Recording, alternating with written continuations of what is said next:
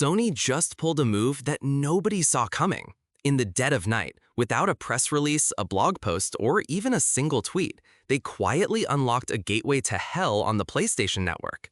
This wasn't just a quiet release, it was a digital ghost, materializing in the deepest corners of the PlayStation Store with zero fanfare. For a very limited time, one of the most brutally anticipated games on the horizon has been made available to play for free, but only for a select group of subscribers, the PlayStation Plus Premium Elite. This wasn't an announcement, it was a discovery, a digital artifact unearthed by the most dedicated fans, spreading like wildfire through online communities. Today, we are tearing apart this surprise shadow drop of doom, the Dark Ages. Is this a moment of pure generosity from Sony, a gift to its most loyal players? Or is it a masterfully calculated marketing ploy, a Trojan horse designed not only to sell a game, but to test new systems and push players towards a specific, cloud-based future? We're going to investigate what you actually get in this tantalizingly short free trial, why Sony would choose to launch it with such unprecedented secrecy, and how the technical strings attached to this offer reveal a much larger, more ambitious strategy for the future of PlayStation. And believe me, this story gets much bigger than just one game, touching on the fierce subscription wars, cunning hardware deals, and the very technological foundations that will define the next decade of gaming. So, grab your helmet and prime your shield saw because we're diving deep into the shadows of the PlayStation Store. The news first broke not from an official Sony channel, but from the eagle-eyed folks over at PlayStation Lifestyle who spotted the trial lurking on the store. This in itself is fascinating. It transforms a simple marketing beat into a piece of community lore. It creates a sense of discovery, a feeling that you're in on a secret that the rest of the world hasn't found yet. This is the power of the shadow drop. It bypasses the traditional, often exhausting, hype cycle of trailers, previews, and countdowns, and instead relies on pure, unadulterated word of mouth. This approach weaponizes the player's own sense of discovery and the powerful social phenomenon of fear of missing out. When something is secret, exclusive, and time-limited, it becomes infinitely more desirable. The excitement feels more genuine, more organic, because it's driven by the players themselves, not by a multi-million-dollar marketing budget. For a few hours, it was a rumor, a whisper on forums and social media before it was confirmed. Sony knew exactly what it was doing. They were playing chess while others were playing checkers. By letting the community find it, they manufactured a viral event, a digital scavenger hunt where the prize was one glorious hour spent battling the legions of hell. This is a strategy that thrives in the age of social media, designed to be shared, screenshotted, and talked about.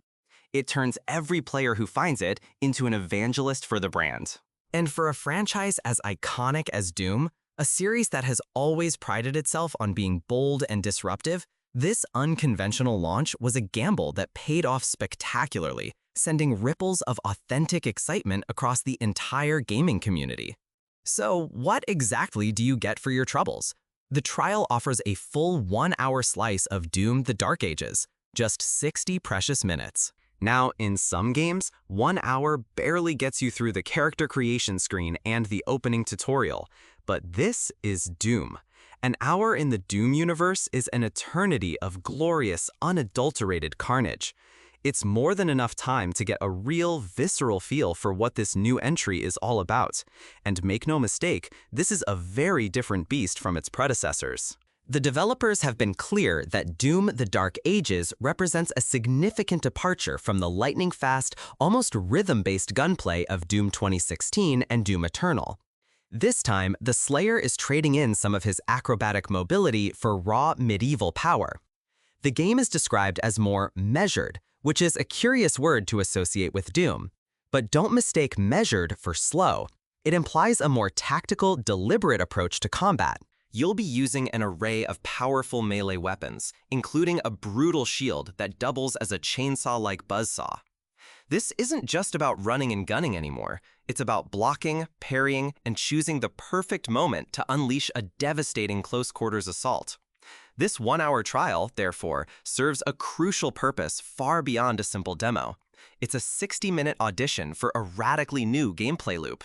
It's a mission statement from the developers at ID Software, declaring their intention to evolve one of gaming's most sacred formulas. The risk here cannot be overstated.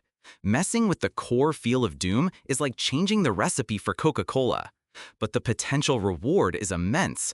A game that feels both fresh and familiar, attracting a new generation of players while still satisfying the bloodlust of longtime fans. This trial is Sony and ID Software's way of managing expectations and getting player buy-in early.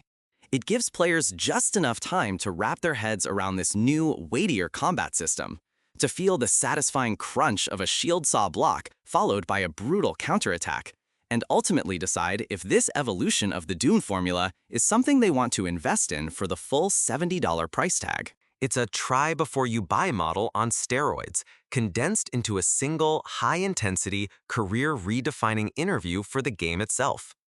However, there's a significant catch to this seemingly perfect offer, a detail that might be a deal-breaker for many. If you're worried about clearing out precious hard drive space for a game you might only play for an hour, Sony has a solution. You can cloud stream the entire trial. On the surface, this is a fantastic feature. No lengthy downloads, no storage management, just click and play. You can be tearing through demons seconds after claiming the trial. But this is where Sony's strategy reveals its dual purpose, a brilliant and slightly insidious masterstroke. This free trial is as much an advertisement for PlayStation's cloud streaming service as it is for Doom: The Dark Ages. It's a direct challenge to Microsoft's xCloud, a clear signal that Sony is taking the streaming wars very, very seriously. And this, as the original report notes, is a double-edged sword. Your entire experience, every shotgun blast, every demonic roar, is entirely dependent on the quality and stability of your internet connection. A flawless fiber optic connection might deliver a seamless next-gen experience. But for anyone with less than perfect internet, the reality could be a nightmare of input lag, stuttering frame rates, and blurry, compressed visuals. Imagine lining up a perfect headshot, only to have a moment of lag throw your aim off completely. It can be the difference between feeling like an unstoppable slayer and a clumsy amateur, fighting against your own connection as much as the demons on screen. This makes the trial a high-stakes test, not just of the game, but of your home network's ability to handle the demands of cloud gaming. More importantly, from Sony's perspective, it's a massive, real-world stress test of their own server infrastructure. Every single player who streams this trial is providing Sony with invaluable data on latency, server load, and geographic performance. They are, in essence, beta testers for the future of PlayStation Now and its integration into the Plus ecosystem.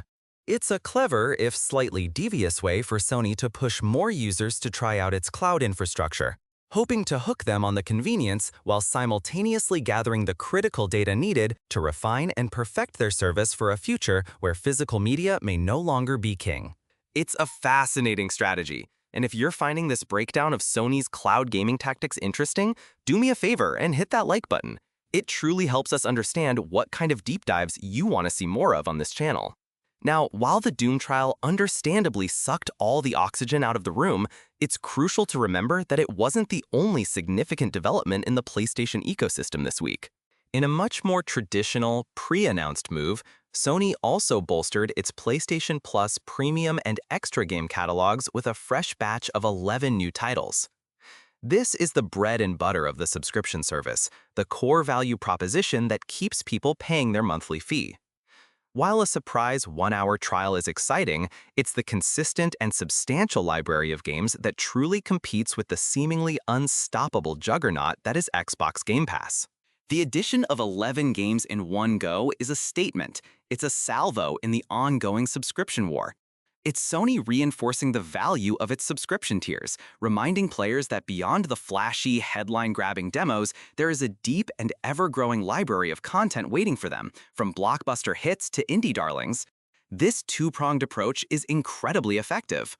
They use the explosive, viral nature of a shadow-dropped trial for a massive game like Doom to grab everyone's attention.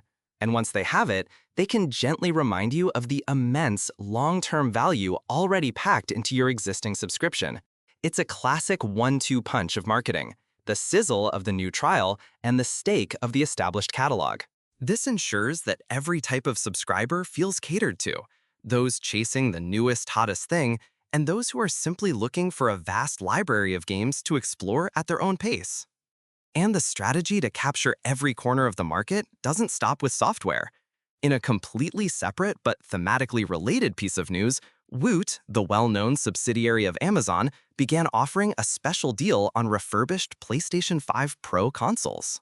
This is a particularly interesting development. The standard price for a new PlayStation 5 Pro is mentioned as being an almost scary $700, a price point that puts it firmly in the premium enthusiast category, potentially alienating a huge portion of the market. This refurbished deal offers a significantly cheaper entry point into the high-end PlayStation experience. However, it comes with a major caveat that every potential buyer needs to consider carefully. The word refurbished can be a lottery. While many refurbished units are perfectly fine, perhaps returned for cosmetic reasons, others may have had genuine hardware faults that were repaired. The risk is always there. To mitigate this, the consoles come with a 90-day warranty. Let's be very, very clear about what that means. You have 3 months, a mere quarter of a year. If the console works perfectly for 90 days and then develops a critical fault on day 91, you are completely on your own, facing a potentially very expensive paperweight. It's a stark contrast to the standard 1-year warranty that comes with a brand new machine. So, Sony, through its retail partners, is presenting a carefully structured choice. You can pay the full, premium price for peace of mind and a full year of security. Or you can take a calculated risk, save a substantial amount of money, and roll the dice on a 90-day safety net. This is a direct appeal to the budget-conscious gamer, the student, or the family on a tight budget, the player who is desperate for pro-level performance but can't quite stomach the $700 price tag. It's another prong in their strategy to ensure there's a PlayStation option for almost every wallet size, effectively preventing potential customers from defecting to a more affordable competitor. When you step back and look at all these pieces together, the surprise Doom trial, the massive catalog update, and the refurbished hardware deals, a clear and comprehensive picture of Sony's current strategy emerges. It's a sophisticated, multi-layered approach designed to attract, engage, and retain players at every level of the gaming spectrum, creating a self-reinforcing ecosystem. The Doom The Dark Ages trial is the hook. It's the flashy lure for the hardcore, engaged gamer, using novelty and exclusivity to generate immense buzz and drive conversations. The robust addition of 11 games to the PlayStation Plus catalog is the foundation, the retaining wall. It's the play for long-term value, assuring subscribers that their monthly fee is a worthwhile investment and keeping them firmly embedded in the PlayStation ecosystem, less likely to stray. Finally, the refurbished console deals represent a move to broaden the user base, lowering the barrier to entry for high-performance gaming, and capturing a segment of the market that might otherwise have been priced out. Each initiative is a carefully aimed shot at a different demographic, yet they all work in concert to strengthen the overall PlayStation brand. This isn't just about selling one game or one subscription. It's about building a fortress, creating an all-encompassing environment where there's an answer for every type of player's needs and desires. The question Sony is posing to the market is no longer just, should I buy this game?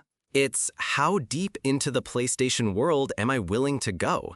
What are your thoughts on this? Is this aggressive, multi-front strategy from Sony a winning formula, or is it stretching the brand too thin? Let me know what you think down in the comments. And if you enjoy analyses that connect the dots behind the biggest gaming news, make sure you subscribe to the channel so you never miss another deep dive. Thank you for watching.